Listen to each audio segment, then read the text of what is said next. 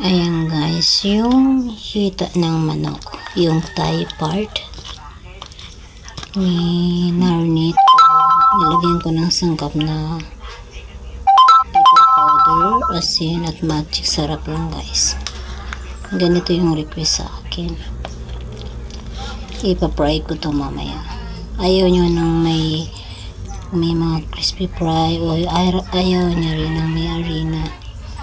Asin, pepper powder lang at nilagyan ko ng extra na magic syrup. Tapos mamaya ipiprito ko na lang to guys. Yan, hayaan ko na lang muna kahit 30 minutes para yung lasa niya ay pumasok sa laman. Yan, pan muna natin to. Ganito lang yung style na gusto niya guys.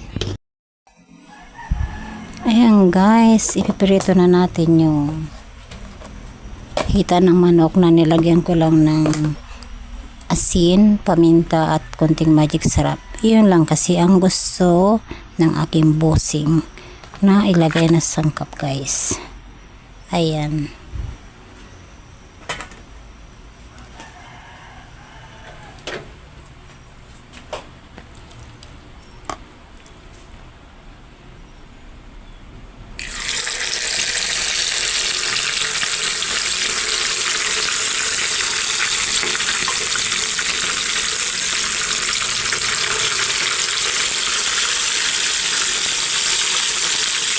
Tinusok-tusok ko pala to guys ng toothpick.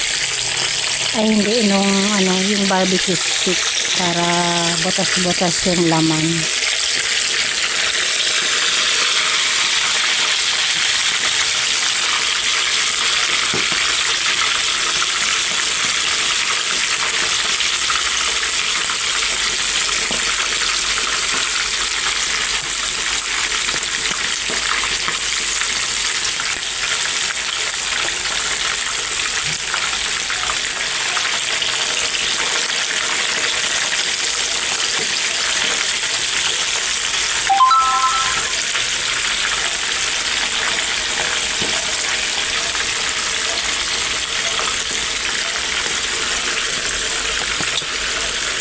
Ayan, kasya naman.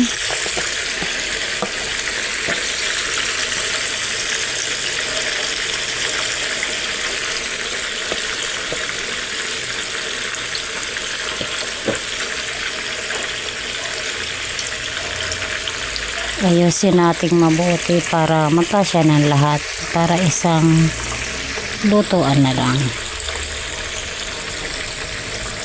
Ayan. Tinusok-tusok ko yung laman niyan guys bago ko nilagyan ng sangkap.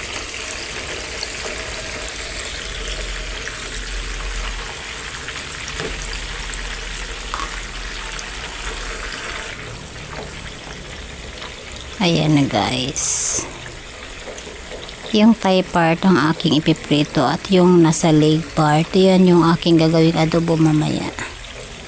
Yan, alalay lang yung apoy guys para yung ating manok ay maluto hanggang loob.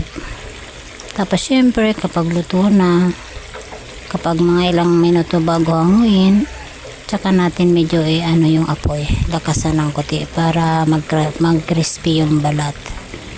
Simpleng crispy lang kasi simple lang yung sangkap.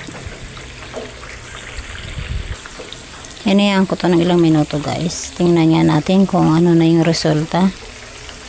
Yan, medyo matagal to guys kasi alalay-lay yung apoy niya. Yan. Relax lang tayo. Kumusta na lang po ang lahat.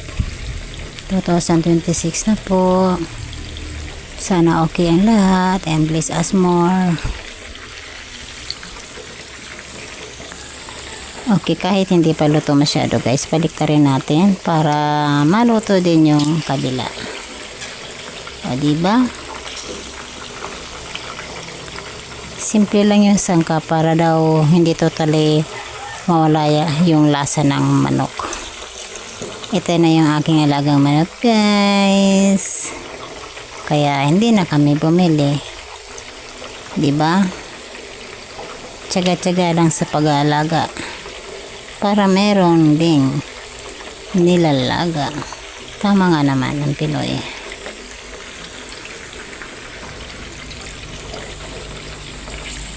Ayan, bisita pa rin tayo, di ba? Ayan. Siguro naman luto yung ilalim niyan. Kasi alalay lang yung apoy, guys. Ayan. Ngayon, magsasawa din naman sa karne. Wala na okasyon ngayon, guys. Talagang itinara ko to para naman manamnam ko din yung kakain ka na hindi nagmamadali dahil walang bisita. Ayan, paniguro lang, guys, naluto yung loob. Tingnan natin ng konti.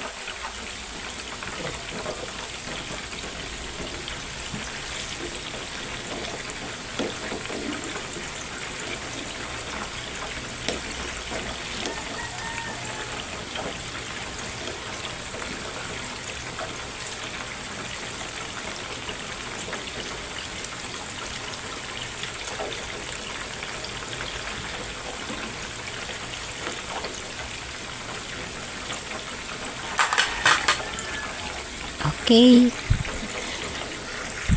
Medyo okay yung loob, guys. Pasok yung luto niya. Pasok yung init, kaya maluluto siya. Kaya lang, antayin pa rin natin siyang mas maluto ng maayos bago natin ipa-crispy yung balat.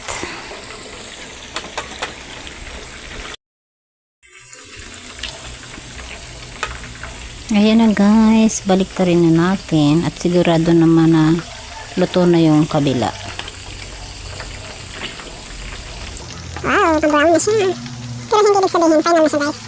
Kailangan natin mabalance yung kabila. Mamaya, kapag bigibrown na rin yung kabila, saka na natin medyo lalakasan ng konti yung apoy para sa balat.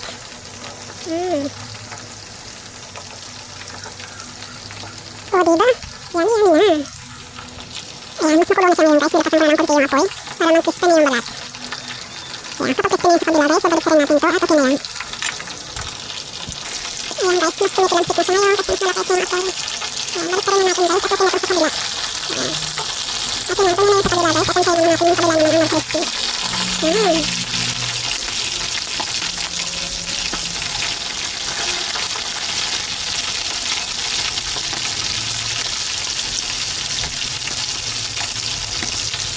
Ang sarap-sarap ng sariling manok. Simple recipe lang ito, guys. Okay na ito, guys, pantay-patayin ko na yung apoy. Ayan. Okay na siya. O, diba? Ganyan lang to, guys. Wow.